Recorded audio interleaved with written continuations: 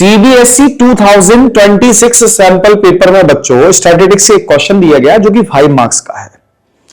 अच्छा, इस क्वेश्चन में क्या है, आपसे मीन तो पूछा ही गया है, मीन को पूछने के साथ साथ आपसे इसी क्वेश्चन में एक फ्रीक्वेंसी को मिस कर दिया गया जिसकी वैल्यू x है, उस वैल्यू x को भी फाइंड करना होगा, मतलब x की वैल्यू को भी फाइंड करना होगा। और एक बात और बच्चों, जब भी आपको क्वेश्चन पेपर में दिया जाएगा, जब भी आपको क्वेश्चन पेपर में दिया जाएगा वो हॉरिजॉन्टल फॉर्म में दिया जाएगा, हॉरिजॉन्टल फॉर्म में दिया जाएगा जिसमें आपको दिखेगा ये जो क्लास इंटरवल है, क्लास इंटरवल वो हॉरिजॉन्टल फॉर्म में होंगे, यानी कि एक रो में मिलेंगे, और दूसरा जो कि फ्रीक्वेंसीज है वो भी दूसरे रो में मिलेगी, उसके जस्ट डाउन साइड पे। ठीक, लेकिन हमें टेबल जनरली कैसी बनानी होगी, हमें टेबल बनानी होगी इसको वर्टिकल फॉर्म में ही लिखेंगे। ठीक, क्योंकि इसमें कैलकुलेशन करना थोड़ा सा आसान हो जाता है, क्योंकि बच्चों क्या होता है कि इस टेबल का 1 मार्क हमको मिलता है एग्जाम में। अगर आप टेबल सही बना के आते हैं तो आपको 1 मार्क्स आपका कंप्लीट आपको मिल जाएगा, बाकी के 4 मार्क्स जो होते हैं वो आपको अलग से मिलेंगे। इसका मतलब अगर आप टेबल सही बना लेते हैं, एक्स की वैल्यू निकाल लेते हैं, तो आपको 1 नंबर तो ये मिल जाएगा, साथ ही साथ एक्स की वैल्यू फाइंड करने का भी 1 नंबर मिलेगा। अब बचे 3 मार्क्स, वो 3 मार्क्स किसके होंगे, वो 3 मार्क्स होंगे इसके मीन के। लेकिन बच्चों जस्ट इसके उलट अगर मैं देखूं तो इसके और में भी एक क्वेश्चन दिया गया उसी सैंपल पेपर में, उसमें मीन भी पूछा गया और मीडियन भी पूछा गया। तो इसका क्या मतलब है बच्चों, इसका मतलब यह है कि मीन के तो 3 मार्क्स हो ही गए, साथ में 2 मार्क्स मीडियन के भी हो गए, लेकिन मीन के मार्क्स मिलने के साथ साथ टेबल का भी 1 नंबर होता है, यानी कि 2 मार्क्स मीन के, 1 मार्क्स हो गया तुम्हारा टेबल का, और 2 मार्क्स किसके हो गए बच्चों, 2 मार्क्स किसके हो गए, मीडियन के। तो इससे तो आपको क्लियर हो गया होगा कि जो मीन है, जो मीडियन है, वो 2 मार्क्स में ही पूछा जाता है, 1 नंबर तो टेबल का मिलना है। तो अब इसको सॉल्व कैसे करेंगे, ध्यान से देखो बच्चों। सबसे पहले इस क्वेश्चन को हम पहले रीड कर लेते हैं, ठीक है। The monthly expenditure on milk in 200 families of housing society is given below.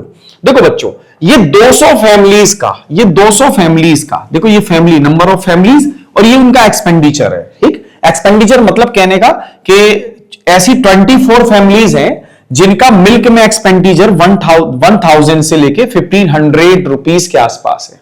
ठीक, समझ रहे ना, थोड़ा डिटेल में समझाऊं।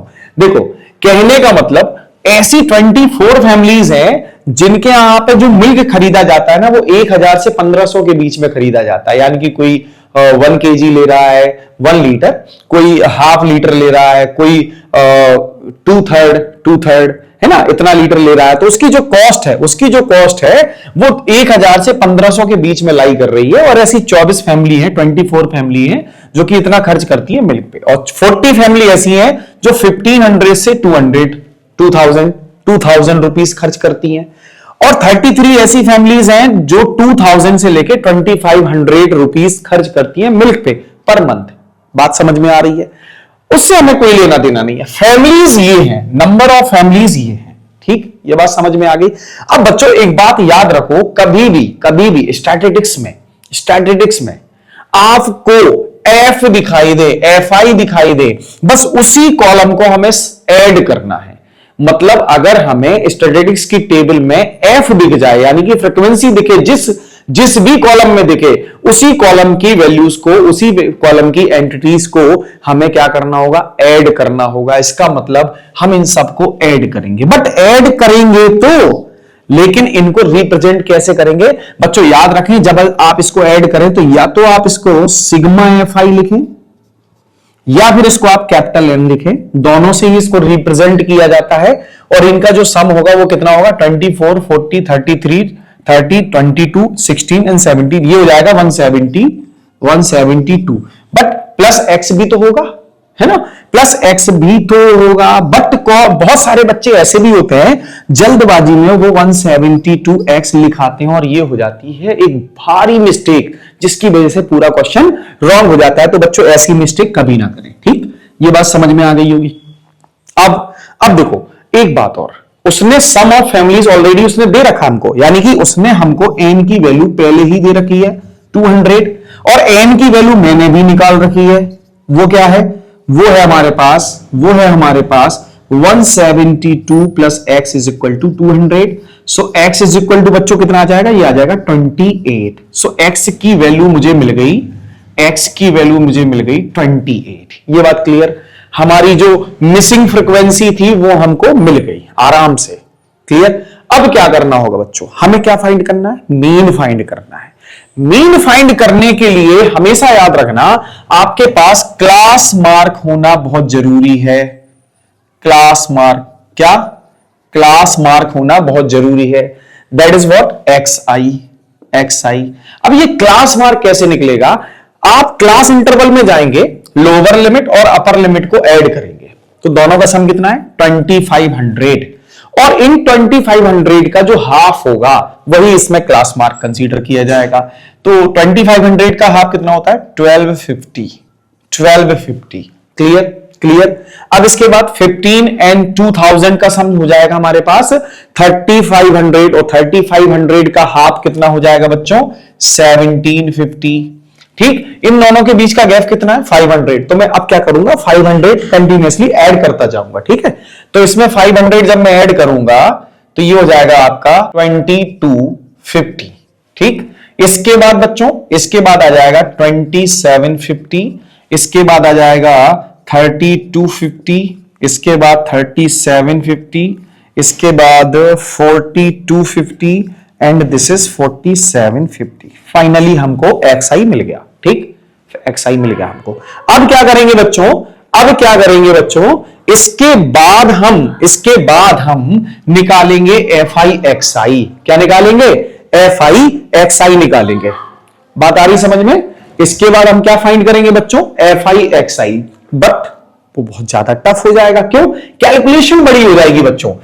fi और xi का जब प्रोडक्ट करेंगे तो एक बड़ा नंबर मिलेगा, एक बड़ा नंबर मिलेगा तो उसको हमें ऐड भी करना होगा, क्योंकि उसमें f आएगा। मैंने बोला ना, जिस भी कॉलम में f दिखाई दे जाए उसी को ऐड करना है, तो ये ऐड भी करेंगे, और ऐसी कंडीशन में वो थोड़ा सा सम भी बड़ा होगा, कैलकुलेशन बड़ी हो जाएगी, वो आपको प्रॉब्लम में डाल सकती है मे बी। अगर आपकी कैलकुलेशन अच्छी है तो आप fi xi निकालिए, कोई प्रॉब्लम नहीं है। लेकिन अगर आपको उससे बचना है, अगर आपको बचना है तो बच्चों आप ऐसी कंडीशन में di फाइंड कीजिए। di क्या होगा, this is xi minus a। अब ये a कौन सी चिड़िया का नाम है, a बच्चों जनरली हमारा एज्यूम्ड टर्म फ्रॉम xi होगा। ठीक है, xi से ही हम कोई टर्म ले लेंगे जिसको हम क्या बोलेंगे a। लेकिन क्या होता है, हम जनरली इसके मिड टर्म से ही कोई एक टर्म उठा लेते हैं, मिड टर्म से ही कोई एक टर्म उठा लेते हैं जिसको हम a बोल देते हैं। सो लेट assume that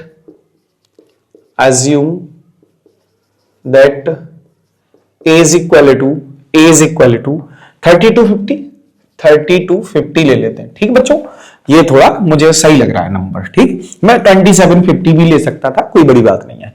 अब मैं क्या करूंगा बच्चों, इस xi यानी कि x1 से 3250 सब्ट्रैक्ट कर दूंगा, यानी कि 3250 से 1250 गए तो कितने बचे, माइनस के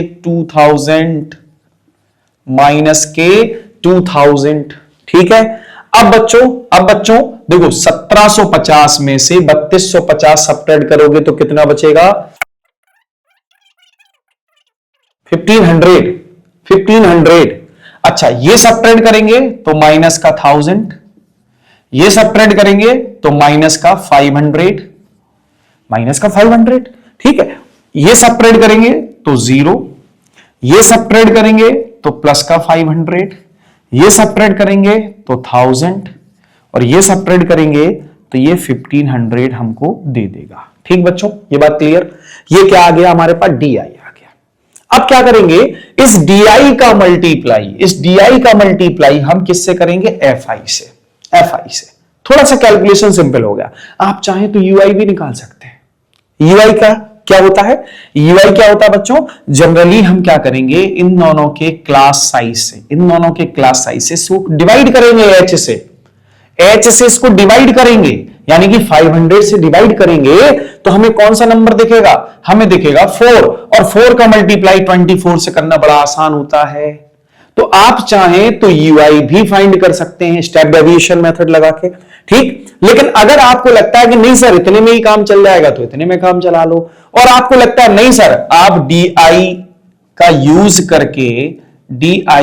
यूज करके UI भी फाइंड कीजिए, तो मैं UI भी फाइंड कर देता हूं। अब H क्या है बच्चों? H क्या है? H होगा बच्चों upper limit minus lower limit, यानी कि class size, this is 500, this is 500, clear, this is 500। अब क्या करेंगे बच्चों, इसको 500 से डिवाइड कर दो तो माइनस का कितना आएगा 4, इसको डिवाइड कर दो माइनस का 3, इसको डिवाइड कर दो माइनस का 2, इसको डिवाइड कर दो माइनस का 1, इसको डिवाइड कर दो 0, ये 1, ये 2 और ये 3। ये काफी आसान कर देगा अब हमारे कैलकुलेशन को, ठीक है। अब क्या फाइंड करना होगा बच्चों? अब क्या फाइंड करना होगा? अब हमें फाइंड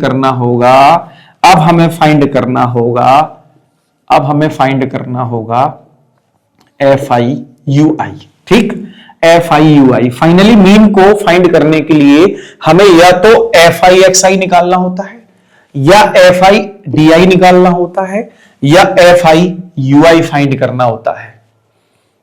ये बात क्लियर, ठीक। तो हमने FI/UI का सफर तय किया क्योंकि मुझे ये आसान लग रहा था, ठीक है। H इक्वल हमारा 500 था, मैं यहां लिख दे रहा हूं। अब बात समझो, मैं क्या करूंगा, इस 24 का मल्टीप्लाई इस 4 से करूंगा, कितना हो जाएगा भाई? ये हो जाएगा माइनस का 96, ये हो जाएगा माइनस का 96। 40 का मल्टीप्लाई 3 से तो ये माइनस का 120, माइनस का 120। 33 का इससे तो माइनस का 66।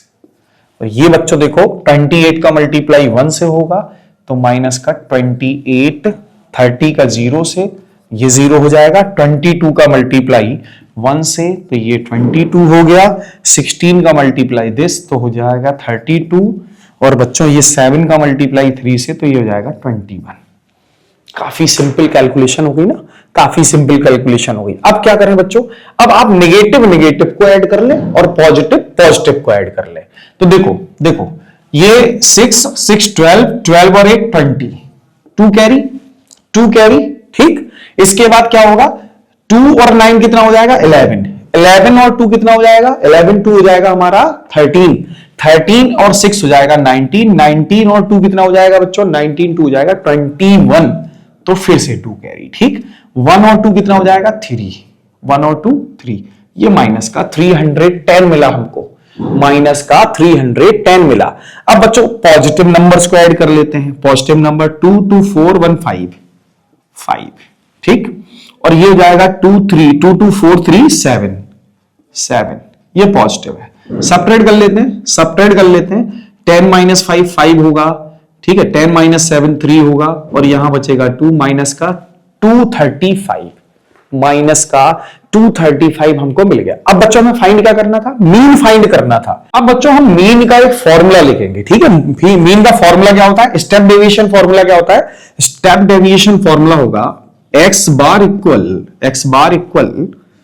a plus sigma FI/UI upon sigma FI into H। ये बात समझ में आ गई, ये फॉर्मूला सभी को याद होना चाहिए। इसके बाद बच्चों हम क्या करेंगे, इसकी वैल्यू रख देंगे 3250 प्लस इसकी वैल्यू क्या है, इसकी वैल्यू आई थी बच्चों हमारे पास सिग्मा FI/UI की -235 होल अपॉन 200 n की वैल्यू क्या थी 200 ही तो थी। इसके बाद इसकी वैल्यू हो गई 500, ठीक बच्चों, ये कैंसिल आउट हो गया। अब क्या करें 3250 प्लस ये बच्चों माइनस में क्या आएगा हमारे पास, ये माइनस में क्या आएगा, ध्यान से देखो। सबसे पहले तो 5 का इससे मल्टीप्लाई करा लो, 5 से मल्टीप्लाई करा लो, 5 5 जा 25, 5 3 जा 15, 15 और 2 कितना हो जाएगा 17, 5 2 जा 10, 10 और 1 11 अपॉन 2। ये हमारे पास जो वैल्यू आएगी 3250 माइनस, देखो 2 से डिवाइड करेंगे तो 5, ठीक, और ये 8, अब कितना बचा 1 बचा है ना, तो ये हो जाएगा 7.5। सब्ट्रैक्ट कर लेते हैं बच्चों, सब्ट्रैक्ट करने में कितना मिलेगा हमको, देखो एक तो 0 होगा पॉइंट के बाद तो 5, ठीक। अब ये 9 है हमारे पास, क्या ये 9 है, तो 9 माइनस 7 कितना होता है 2, 9 माइनस 7 कितना होता है 2। अब ये होगा हमारे पास 4 माइनस 8 कितना होगा बच्चों, ये हो जाएगा 6 और ये हमारा हो जाएगा 11 माइनस 5 कितना होता है 6 और ये हो जाएगा 2, तो 2 6 6 2 5। ठीक है बच्चों, ये हमारा मीन हो गया, ये हमारा मीन हो गया, ये हमारा मीन आ गया। तो हमने कौन सा फॉर्मूला यूज किया, generally step deviation method use किया है, स्टेप डेविएशन मेथड यूज किया है बच्चों। और इस फॉर्मूले से हम आसानी से मीन निकाल लेते हैं छोटी सी सिंपल सी कैलकुलेशन करके। बट अगर आपको ये लगता है कि हम FI/UI का या FI/DI का या FI/XI का यूज करके FI/XI का यूज करके हम मीन निकाल सकते हैं, तो एग्जैक्टली आप निकालिए, उससे कोई फर्क नहीं पड़ता। बट ये फॉर्मूला या ये मेथड काफी आसान कर देता है कैलकुलेशन को फाइनली, क्योंकि हमें बच्चों इसके पूरे 5 मार्क्स चाहिए और पूरे 5 मार्क्स के लिए हमें क्या करना होगा, थोड़ा मेहनत करनी पड़ेगी। एग्जैक्टली ये बात समझ में आ गई।